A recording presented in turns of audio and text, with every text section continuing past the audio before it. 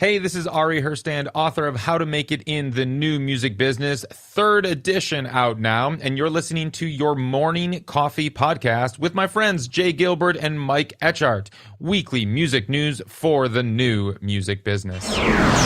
From Billboard, the case for keeping music streaming prices where they are, which is a guest column by Russ Crupnick. From Music Business Worldwide, an Ed Sheeran stream is not worth the same as a stream of rain falling on a roof. Robert Kyncl says music streaming payout and pricing models must and will change. And from Billboard, Spotify pulled thousands of songs to fight fraud, not AI. Yes, AI. AI. We are still talking about AI. In the past, we have talked about AI. Today's present, we will talk about AI. And in the future, we are sure we're going to talk about AI because that is what is going on. Jay and I are here with you. Glad you are here. Let's get rolling with the podcast right about now. Stand by for transmission. This is London calling. Wake up! The revolution is at hand! Your morning coffee is on the air. On the air. On the air. On the air. On the air.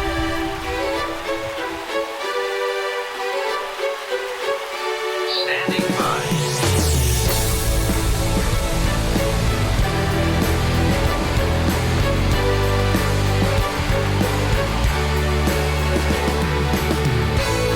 Your morning coffee, the weekly music news for the new music business. It's the highly curated, agitated, advocated, moderated, and liberated digital music information that you need to know.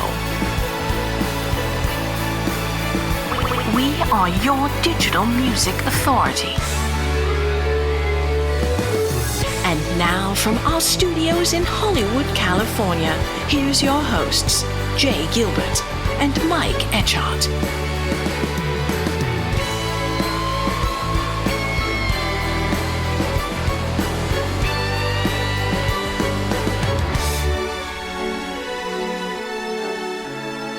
I feel bad saying AI so much, Jay, but AI. Yeah. It's unbelievable. EIO. Yes. And like, we have said and are saying, just when you think you've kind of encapsulated the conversation, new things, new technologies come out, new business issues, and it is fast and furious. Yeah, it really is. We're going to talk in a minute about a story that came late and wasn't in your morning coffee about Google's Music LM. We'll talk about that in a minute. But before we jump in, just really quickly, super excited about the Music Business Association. The conference is in Nashville next week, moderating a couple of panels, got some meetings set up. Really looking forward to next week in Nashville.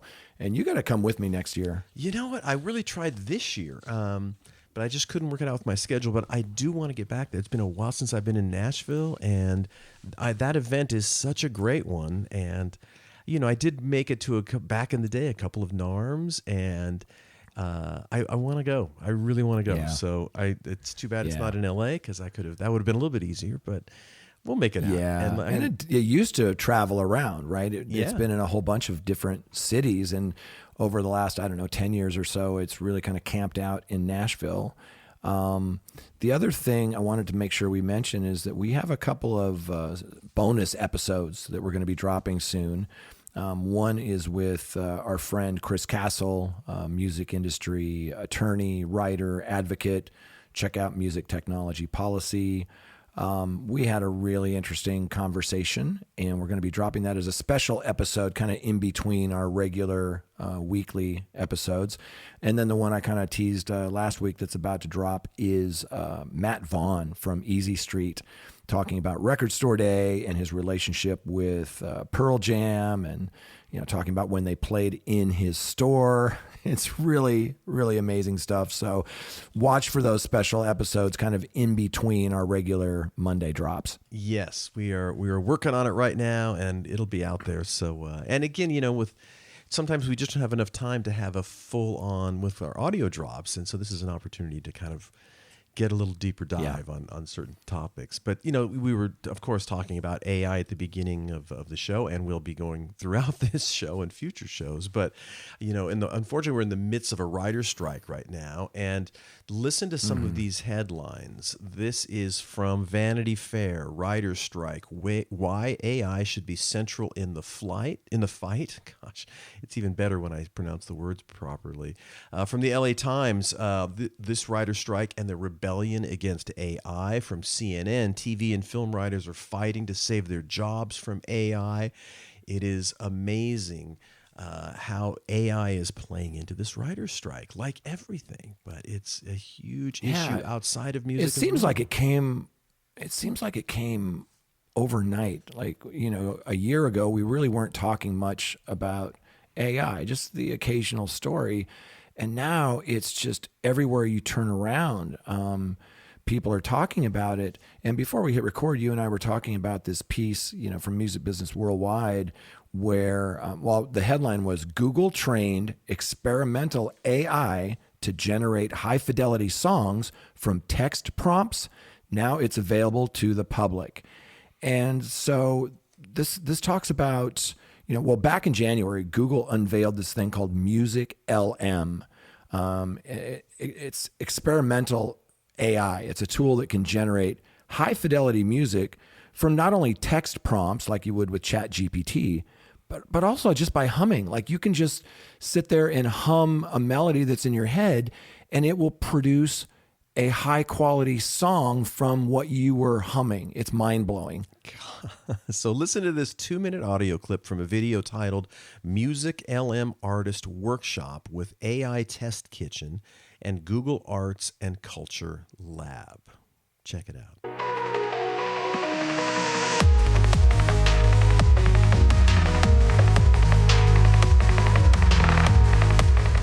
So MusicLM builds on top of AudioLM, which is a broader audio generation algorithm. And what MusicLM does is taking this very powerful audio generation algorithm, train it on music data, and add specific controls for music creation, such as text, voice, melody conditioning, and so on. Na na na na na na na na na. AI Test Kitchen was launched last year at I.O. as an experimental way to get feedback on our newest technologies. But I love how it speaks of a moment, like that never existed, but you feel like it could be also for the lo-fi or like... At the Google Arts and Culture Lab, artists and technologists and engineers and researchers come together to experiment with emerging technologies and explore new ways to create, interact with and experience culture online.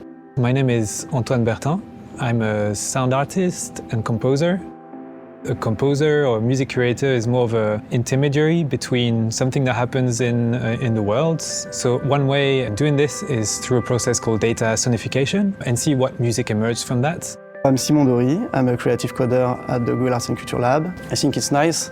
You don't play the piano or the guitar, so you start prompting and you get an accompaniment. For example, if you are a drummer and you want something to play with, you can just type and you have the music to play with. One of my first reactions is like instead of the audio quality or the spontaneity or imagination with which it generates a piece of music. It's quite surprising. It just happens really fast and spontaneously. And artists have always been known to use the tools that are available to them and push tools in unexpected and surprising ways. I see Music LM as an evolution of that. The most important is that for us it's used by artists in a way that is meaningful to them and can allow them to explore new ways of creating sounds.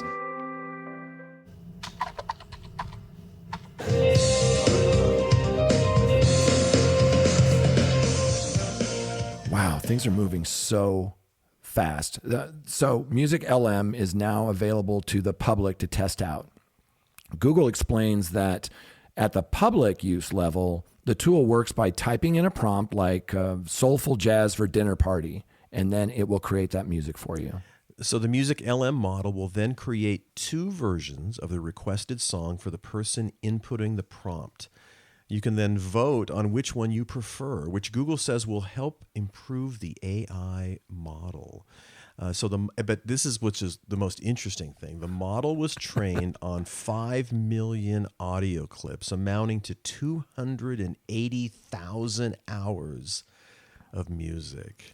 Yeah, but that's a lot. But as you and I keep asking the question, like, whose music was used to train Music LM? You know, they said that, this is a quote from Google, that they found only a tiny fraction of examples where it memorized exactly, you know, that audio. So while for 1% of the examples could identify an approximate match, so it's being drawn off of music, I'm assuming, that's out there, that's on DSPs, that's on YouTube, wherever, on the web.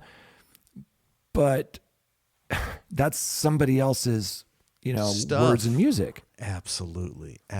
So we get right back around to this sort of, how do you monetize, if you're a content owners, how do you monetize that when people are basically using your catalog in the learning process of AI? And boy, oh boy, that will be the battle. That will be the big challenges of figuring all that out.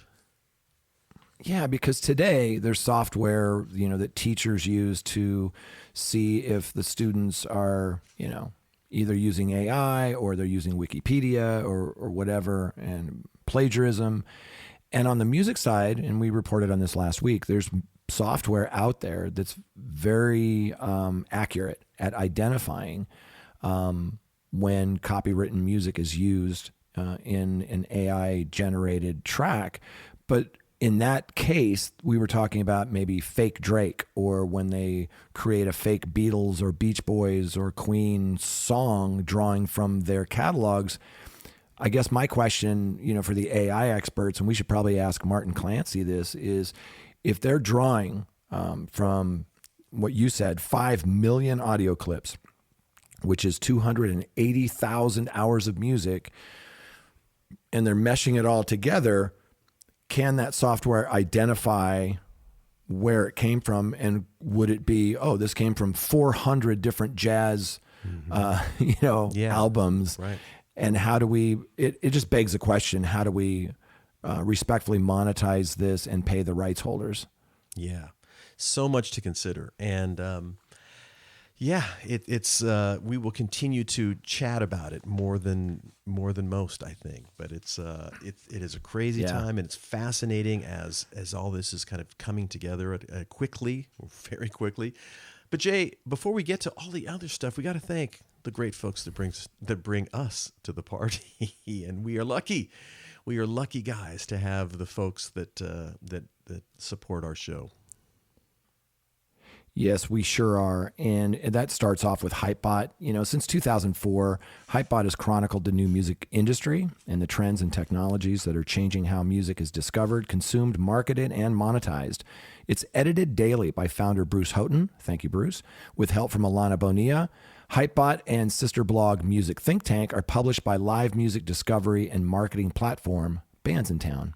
You betcha. Bands in Town, over 74 million live music fans trust Bands in Town to get personalized concert alerts, recommendations, and messages from their favorite artists.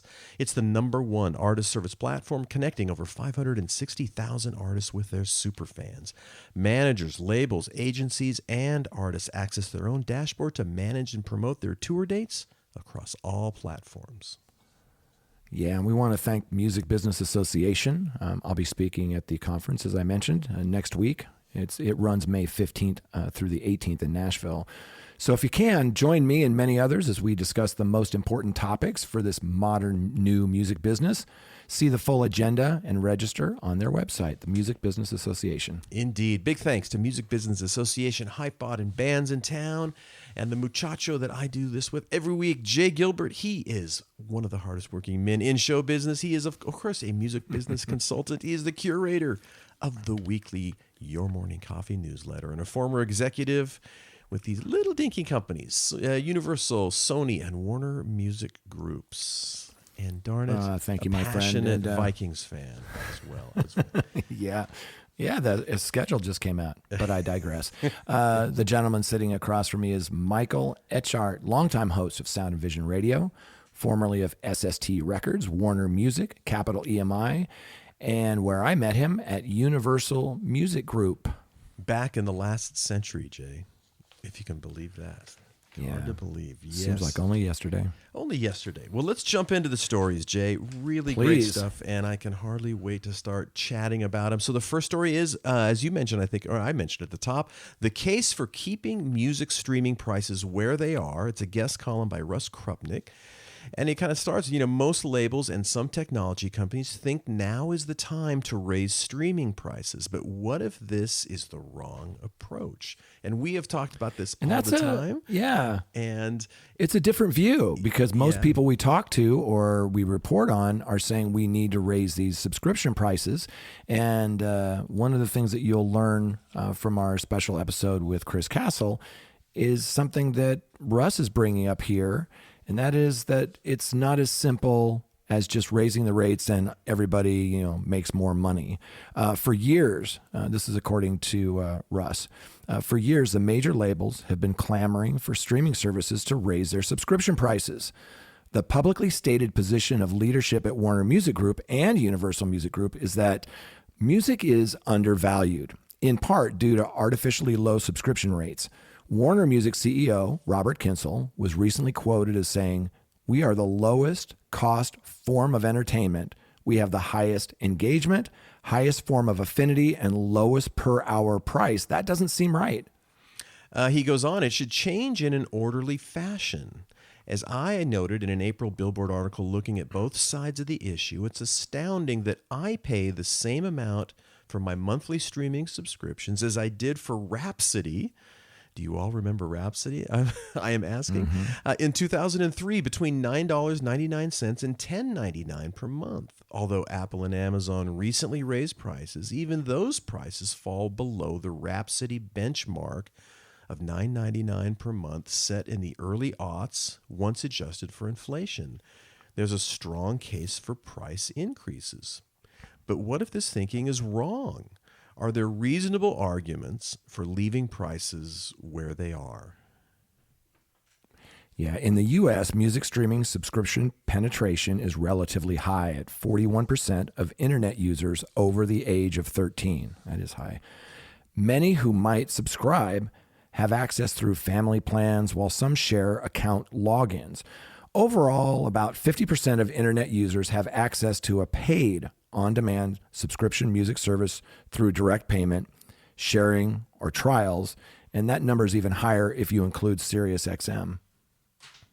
These statistics are important for two reasons, he says. First, they demonstrate that there is more room to grow music subscription than the U.S. They also reveal an underlying demographic divide. The half without access to on-demand services are older, so 59% are over aged 44, less invested in music, and likely to be more price-sensitive than early adopters. Right. Research that Music Watch conducted on the economy and music highlighted that younger fans are more stressed about their personal financial situations as well as inflation. So, respected music analyst Mark Mulligan of Media Research noted that helping subscribers through difficult economic times might create goodwill for these audio services. And he might have a point, especially for the younger demographic who make up a large part of the current subscriber base. So he says we need to be clear about how this price argument might apply to different consumers. Would services raise prices for current subscribers who already rate the offer quite highly? What about new subscribers? As pointed out earlier, there is still growth to be had for subscriptions. In the U.S., trials are the primary feeders for paid subscriptions. According to Music Watch's annual music study released in March of this year, the likelihood of moving from a trial to a full paid subscription is slowing. The number one reason tiers don't expect to convert is I'm watching my money more carefully due to inflation. For years, the main barrier to converting from a trial to a full subscription has been not using the service often enough. According to Music Watch surveys, subscribers to paid on-demand services spend 26% more time streaming music than people who are on a trial. They also consider music more important. That makes sense. They're nearly twice as likely to spend money on things like concert tickets, vinyl records, CDs, and merch. And keeping prices low could be more attractive to these potential subscribers now sampling the service through a trial. There's also a strong case to be made for increasing audio subscription prices. Of course, stagnant rate adjustments, high loyalty and usage, and outstanding value suggest that reasonable increases would meet modest resistance, if any at all. Those of us with long histories of paying for music subscriptions and passion for our favorite services are unlikely to churn out. Right. He says the question is not whether we can grow ARPU, average revenue per user, among current subscribers. It's whether the services can raise prices and continue to grow the subscriber base in the U.S., especially since that growth would come from later adopters who are older and less committed to music. There are segments of music fans struggling to manage inflation. He says that may argue for maintaining low prices. It could also argue for a SiriusXM style strategy that combines low introductory prices with increases upon renewal. Whatever the argument, these questions should be resolved by testing, not proclamation. So Russ is the principal over at market research firm Music Watch. Well, it's certainly interesting to have that conversation. And, but it got me to thinking too is, what is the realistic expectation of how high you can get that percentage of internet users that are subscribers? I don't know the answer. But, he kind of touches on this, which is, at some point you're talking, as you get that higher and higher percentage of internet users that are subscribers, the remaining people are less and less interested in music. And, or they would have been there. Or they would have been there in the first place. So, what is our realistic expectation of what the most percentage we could get for subscriptions?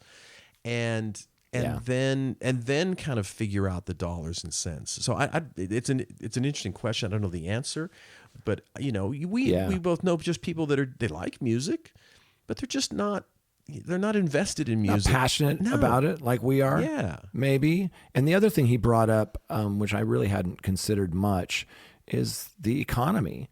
And you had talked about that when it comes to video services, that you'll pop in and out of them depending on, what they have and what, the economy's doing.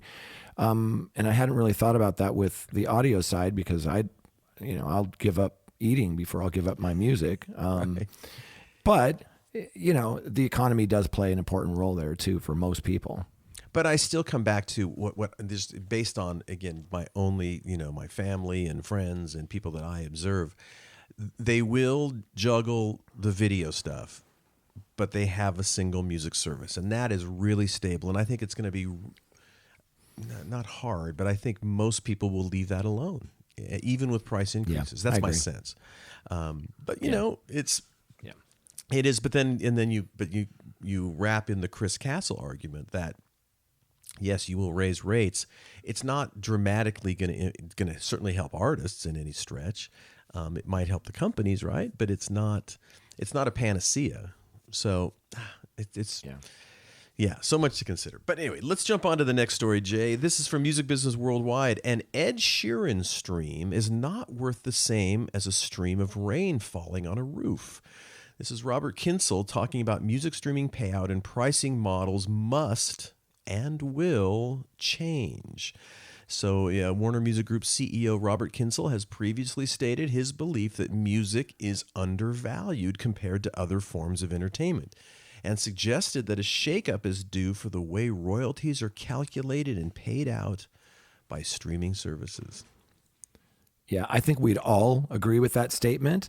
It's going to get challenging, and we'll dig in a second, but it's going to get challenging because it's so subjective. Mm-hmm. Who's to say that, this band, is worth more than this band? Now, I see what he's saying with, rain sounds, white noise for sleep, or, but that's going to be a challenge. So last Tuesday on Warner Music Group's latest earnings call, Robert Kyncl doubled down on these views, elaborating on his proposal that music from certain types of artists, especially those who attract subscribers to streaming services in the first place, they should be paid more than other types of music.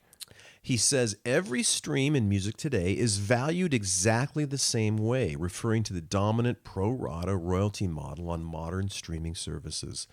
He goes on, that doesn't seem like something that's aligned with the way the world works. For instance, in sports, LeBron James, side note, go Lakers, they won last night, earns more money than some of his teammates. And not because he plays more hours per day. He plays exactly the same number of hours as other players, yet he earns more. Yeah. Offering another example of differentiated value in the world of sports, right? This time from a streaming media perspective, Kyncl said, and I quote, ESPN commands more money per subscriber per month than any other TV channel. Not because it's consumed more, but because there's a propensity, a user willingness to remain with ESPN plus those other services. And with that in mind, said Kyncl, it can't be that an Ed Sheeran stream is worth exactly the same as a stream of rain falling on the roof. Calling the current dominant music streaming royalty model misaligned, Kyncl said, now that the industry is healthy and has grown incredibly well, it's time to reevaluate how we're licensing to DSPs and to change the model together with them. Music cannot continue to be the only industry that doesn't assign additional value to high-value artists and songwriters and doesn't drive ARPU growth the way every other industry does. Yeah, my dad used to say to me, our business was really out of whack in that two things. One, we create a product and then we go try to create demand. That's a little odd. But the more important part that you were just kind of touching on when it gets to pricing is throughout the days, the CD boom, we would highly discount our newest, hottest CDs, which to a lot of people in business makes no sense. If you're a car dealer, you're going to add price, to hot selling, or if there's limited inventory. So another way to try to raise streaming subscription royalties paid to artists, of course, would be to increase the price of the leading subscription music services. Review our last story. Spotify, for one, continues to charge the same monthly price, $9.99 in the US, for its flagship premium subscription product as it did when it launched in 2011. And as you alluded to, that price came back from Rhapsody in 2003. Crazy. Today, Kyncl pointed out that prior to joining Warner Music Group, during his 12-year stint at YouTube, the price of YouTube TV subscription grew by 100%. And then it says in parentheses, YouTube's TV monthly price was up to $72.99 in March of this year. The service debuted back in 2017 at $35 per month.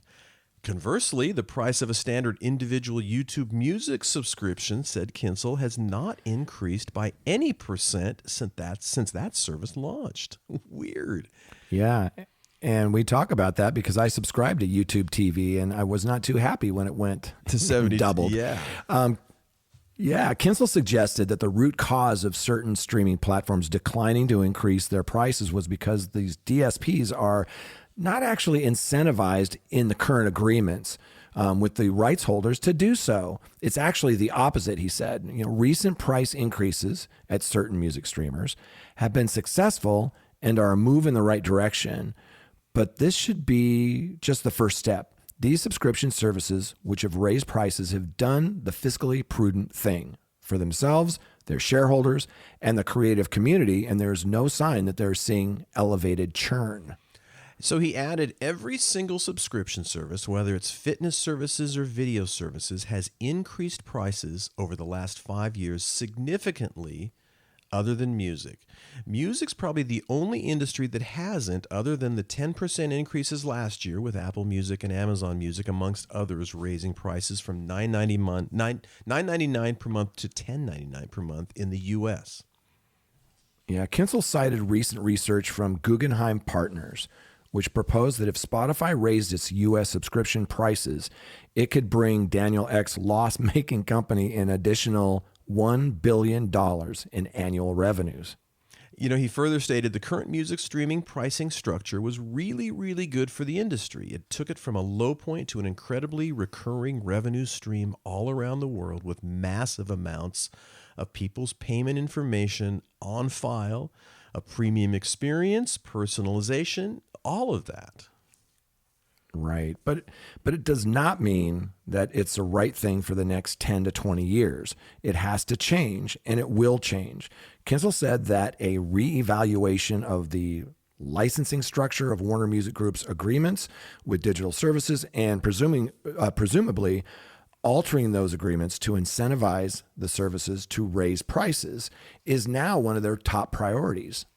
Suggesting that Warner was keen to examine multiple pricing tiers and more sophisticated audience segmentation with DSPs, he said, "What I'm trying to stress is that the status quo of the way things work right now is not the way things are going to work going forward." Kyncl was speaking on the earnings call with analysts following the publication of Warner Music Group's calendar Q1, fiscal Q2 financial results, which showed the company's overall revenues rose by 4.6% year over year in the quarter. Elsewhere on the call, he discussed the topic on everyone's lips, including mine and Jay's. Oh, here it is. AI and its potential positive and less than positive effects on the music business. Yeah, when talking about AI, Kyncl said, when it comes to generative AI, it needs to be put in proper context. Framing it only as a threat is inaccurate. Our first priority is to vigorously enforce our copyrights and our rights in name, image, likeness, and voice to defend the originality of our artists and songwriters. And he goes on saying it is crucial that any AI generative platform discloses what their AI is trained on, and this must happen all around the world. Europe is leading by example with the EU Artificial Intelligence Act. The European Parliament is considering amendments which would codify the position of that copyrighted content may not be used to train AI without prior authorization from the rights holders, and would require AI developers to disclose a summary of the materials they use to train AI. Wow. Right. And we just talked about Google's Music LM. Mm-hmm. What was that trained on? That's right. We need to know that, right? Okay, so he continued to say that, as in Europe, all around the world, lawmakers are debating AI, but the primary focus has been on issues such as transparency, safety, algorithmic bias, privacy protection, notice to consumers, and an ability to opt out. Last month, Senator Chuck Schumer announced his intention to draft a U.S. AI bill coming later this year. I can promise you that whenever and wherever there's legislative initiative on AI, Warner Music Group will be there in force to ensure that protection of intellectual property is high on the agenda. But he goes on, however, we must also see and seize the massive opportunity that generative AI will offer. He then made an interesting comparison between the positive effects that AI could have on the future earnings potential of music rights holders and the impact that user-generated content on YouTube has had on the business in the past. User-generated content uploads soundtracked by music can be licensed for use by rights holders and royalties activated for usage via YouTube's Content ID platform. Mm-hmm. Right. So on this topic, two things weren't lost on Kyncl. UGC, user-generated content, via YouTube's Content ID now generates a 10-figure sum in royalties for music rights holders every year. And the second thing, Kyncl recently hired Ariel Barden, the exec who built Content ID at YouTube, as Warner Music Group's new president of technology. Right. He says, consider this. User-generated content containing copyrighted material was originally viewed as a big threat by media companies, he said. From my personal experience at YouTube, when I arrived in 2010, we were fighting many lawsuits around the world and were generating low tens of millions of dollars from user-generated content. Yeah, he also said that we turned that liability into a $1 billion opportunity in a handful of years and a multi-billion dollar revenue stream over time.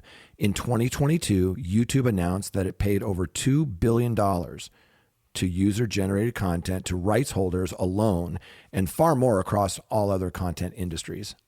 He later suggested that Bardeen and his technology team are currently working on new tech-driven products for Warner and its artists across 4 key areas. This is interesting.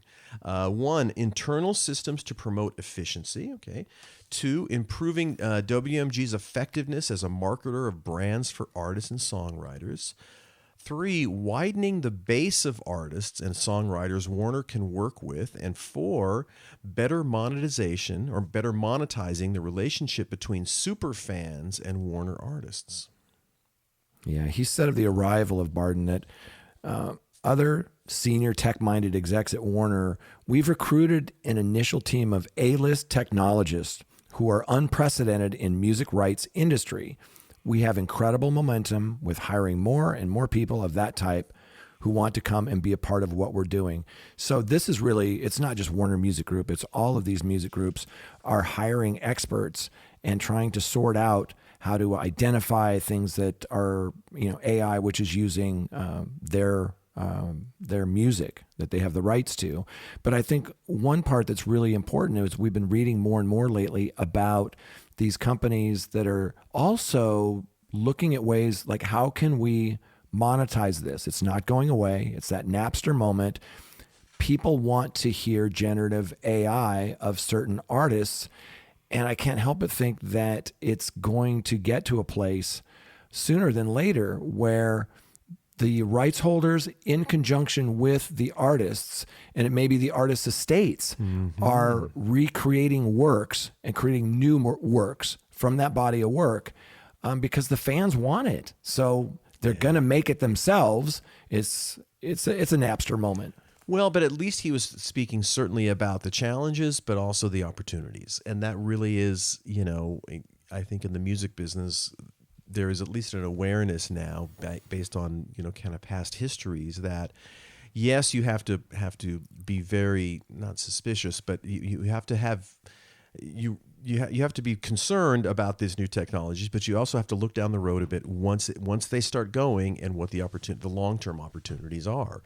And I think good on him for saying that and thinking about that. And I'd forgotten, to be honest, until I saw that he was at YouTube for a considerable amount of time before he came to Warner's. I forgot about that. So, I mean, there is money there. And, what is there? Well, that remains exactly to be seen. But, it's starting to certainly to kind of show itself on how this might get kind of laid out potentially. And like you said, there'll be an audience for this stuff. And, whether it's things that really happened or didn't happen, the fake Drake, all that stuff, kind of duets or things of artists that couldn't have possibly done things together, there's an interest. And so I'm with you on your prediction, which is this might be an alternative subscription service, something off to the side that is way different than what we have right now. So fun and interesting things to chat about. But anyway, let's go on to the next story, Jay. Our last one, Spotify pulled thousands of songs to fight fraud, not AI. Tracks from AI music company Boomy were removed. We talked about this last week, but streamers take down songs all the time, regardless of whether AI is involved. An alarming report circulated online in the first week of 2021. Spotify had reportedly pulled some 750,000 songs off its platform due to evidence of streaming fraud, according to an entertainment attorney who added that the vast majority of the songs appeared to have used DistroKid for distribution. Jay and I talked about this a lot back in 2021. Furious artists ripped into both the streamer and the distributor on social media, claiming they had never been involved with fraudulent streams and they didn't know why their music had been taken down. Has it really been 2 years, Jay, since that happened? My goodness, time flies. Yeah. Well, and I think recently people were talking about Boomy and that these songs were pulled down because of fraud, and that was a misconception. Spotify disputed both of these assertions, however, saying that the number of tracks removed was far less than 750,000, and that the music from a variety of distributors was impacted. DistroKid founder Philip Kaplan wrote, "These takedowns were distributor agnostic and affected the music in business from all distributors, not just DistroKid. Despite these rebuttals, the initial claims continue to circulate for months." Yeah, they certainly did. More than 2 years later, a variation of this episode played out again. On May 1st, Boomy, which is a music tech company that allows users to create songs with the help from artificial intelligent tools, posted to its Discord that new uploads were paused and certain catalog releases had been pulled from Spotify due to potentially anomalous activity. The Boomy post was measured, the response less so. The company's statement was initially viewed as confirmation that AI was causing more trouble amid a wave of anti-AI sentiment in the music industry. Then the narrative changed. Spotify said the anomalous activity was related to streaming fraud, not the fact that Boomy's tools rely on artificial intelligence. And then it turned out that Spotify had pulled down more music that had nothing to do with Boomy or AI due to evidence of manipulation as part of a routine sweep a few days later. So the whole incident now seems to be less about any one company and more like a natural part of streaming services' ongoing efforts to prevent fraud from impacting payouts on their platforms. And in parentheses, that Spotify has consistently said over the years that stream manipulation is an industry-wide is industry-wide and that it treats it very seriously. That's right. And we had Jen Masse from Spotify on this podcast talking about that very subject. These episodes show the challenge of accurately reporting on the murky world of streaming fraud, where even the most basic information, how many tracks were impacted, what criteria were used to determine they were manipulated, and how does it compare to overall fraud levels, that's often kept out of reach by tech companies. Yeah, but combating streaming fraud is a never-ending game of whack-a-mole that takes place to varying degrees across all streamers and all distributors, and focusing on any single mole can obscure the larger context. As Christine Barnum, Chief Revenue Officer and distributor of the distributor CD Baby, recently told Billboard, nobody's immune to this type of fraud. Boomy says roughly 7% of the music it had on Spotify was pulled down because those songs were targeted with bot activity in April, 7%. And that was Boomy users were able to resume uploading new songs to Spotify as of May 5th. For comparison's sake, a Deezer executive said that last year, 7% of the volume of daily streams on Deezer is now detected as fraudulent. Merlin, which handles the digital licensing for many prominent independent labels and distributors, briefly had fraud levels at near 10% from music on the ad-supported tier of Spotify in 2020. Talking publicly about streaming fraud was once viewed as airing dirty secrets, one executive told Billboard recently. But this is changing. Leaders at SoundCloud, Pandora, and Napster all spoke about their efforts to fight fraud on their respective platforms at a Music Biz Conference panel back last year in 2022. Last month, Umiati, this is a tough one, Jay. Umiati Onekuulu, music licensing lead over at African streaming service Modundo, wrote that looking at the music industry in Nigeria, one of the biggest problems is stream farming, which has become more widespread and prominent over the years. Yeah, this is a day-to-day reality of the modern music ecosystem, right? Last year, Deezer said that the company detects suspicious activity on 45,000 accounts every day. And Spotify sends regular reports to major rights holders about the level of fraud detected on their catalogs. The fraudulent play identifies in those reports were caught, which means that they did not impact payouts. Right. So a Spotify spokesperson noted in a statement that the platform consistently removes product designed to game the system in order to generate royalties.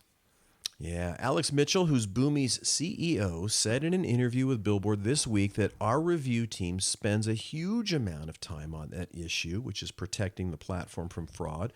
We have much stricter policies, frankly, than many other distributors. We have systems that alert us if we think something might be suspicious.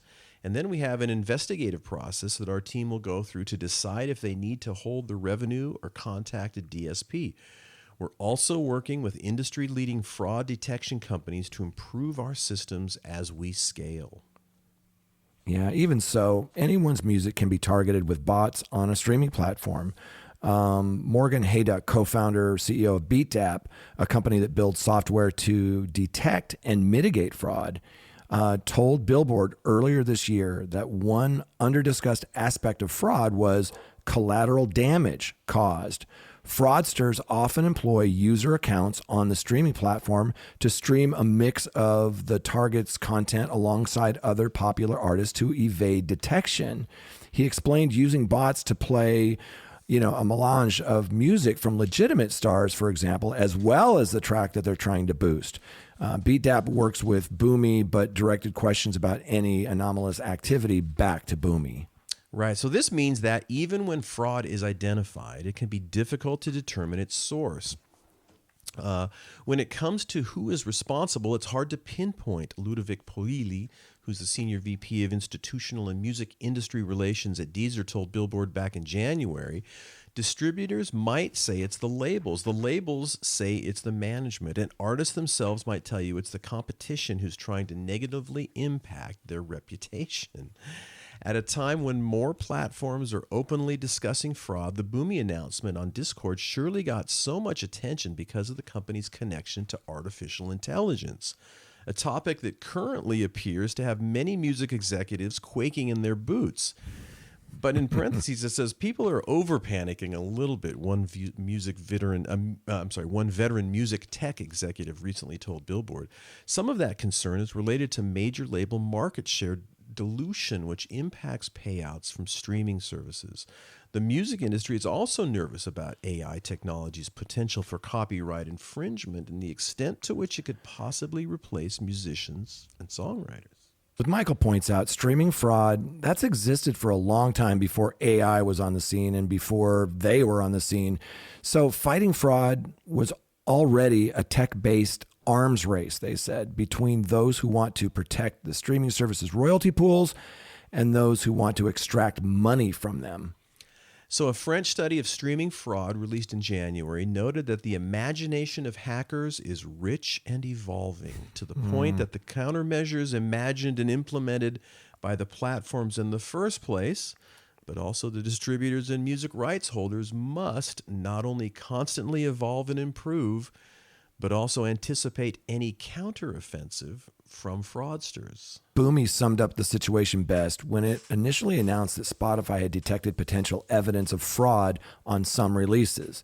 As the music industry continues to navigate the use of bots and other types of potentially suspicious activity, the company wrote, these pauses are likely to happen more regularly and across a wider set of platforms. It's not going away anytime soon. We talk about bots, spin farms, people who are manipulating streams, and you don't want to do it because if you're caught, you're going to get pulled off of the DSPs, number one.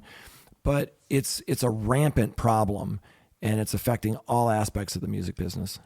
But of course, the music business has, as you would know and admit, a rich history of doing all kinds of things like this to try to one up, and it goes again since the beginning. And I think we both kind of just scratch our heads when we see this. It's like, really, you want to risk being taken down? But yes, they do want to risk being taken down because, for whatever reason, which a lot of artists view as success, or a lot of managers view as success, is getting on more spins, and it's right. It will never and that stop. Needs to change. You just hit it on the head. That needs to change. The fact that on YouTube and on Spotify you can see stream counts, play counts. You don't see that on Apple. You see kind of a progress bar. And I think it would be really great to get rid of that, because there's a reason why people are trying to game the system, and it's not always monetary. I Bragging know rights. of people, well, it's bragging rights, but it's also, there are people who are lazy and just look at a social footprint and streaming when they're choosing artists for, let's say, a festival. And so you could get bumped out of a festival because your streaming numbers are too low. So that's going to incentivize you to try to jack those up. But I think if you take that number away and just have a progress bar, I mean, I don't know why we need to have, oh, well, this has 400 million streams. It's like McDonald's with the sign, 50 billion trillion burgers served. At some point, it doesn't really matter. Or maybe it's just something that you see in Spotify for artists or in YouTube analytics. But I think that is part of the problem. Yeah. Do you see it slowing down at all? No. In fact, I see it ramping up. We talk to people all the time, and instead of worrying about the things that they should be worried about, which is writing great songs, recording great songs, playing great live shows, their focus tends to drift over to, how am I going to get into this festival? How am I going to get signed by a label if I don't have my numbers up? Or it comes down to those who are like, there's not a lot of revenue in any of the sales, streams, downloads. That's not where the real revenue is for most artists. Some artists it is, but not most of them. It comes from things like touring and merch and sync.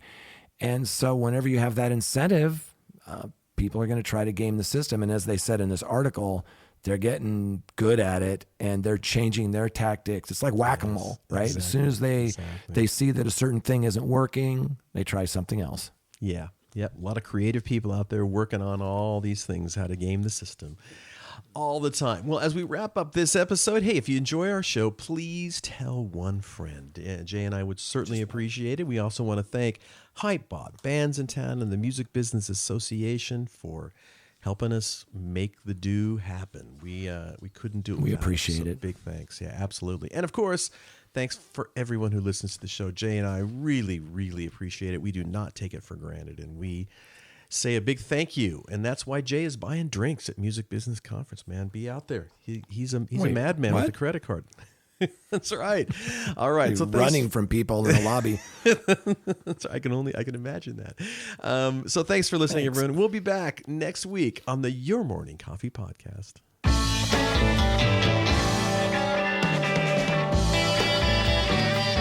You've been listening to Your Morning Coffee, the weekly music news program for the new music business. Join Jay Gilbert and Mike Etchart next time for the digital music news you need to know.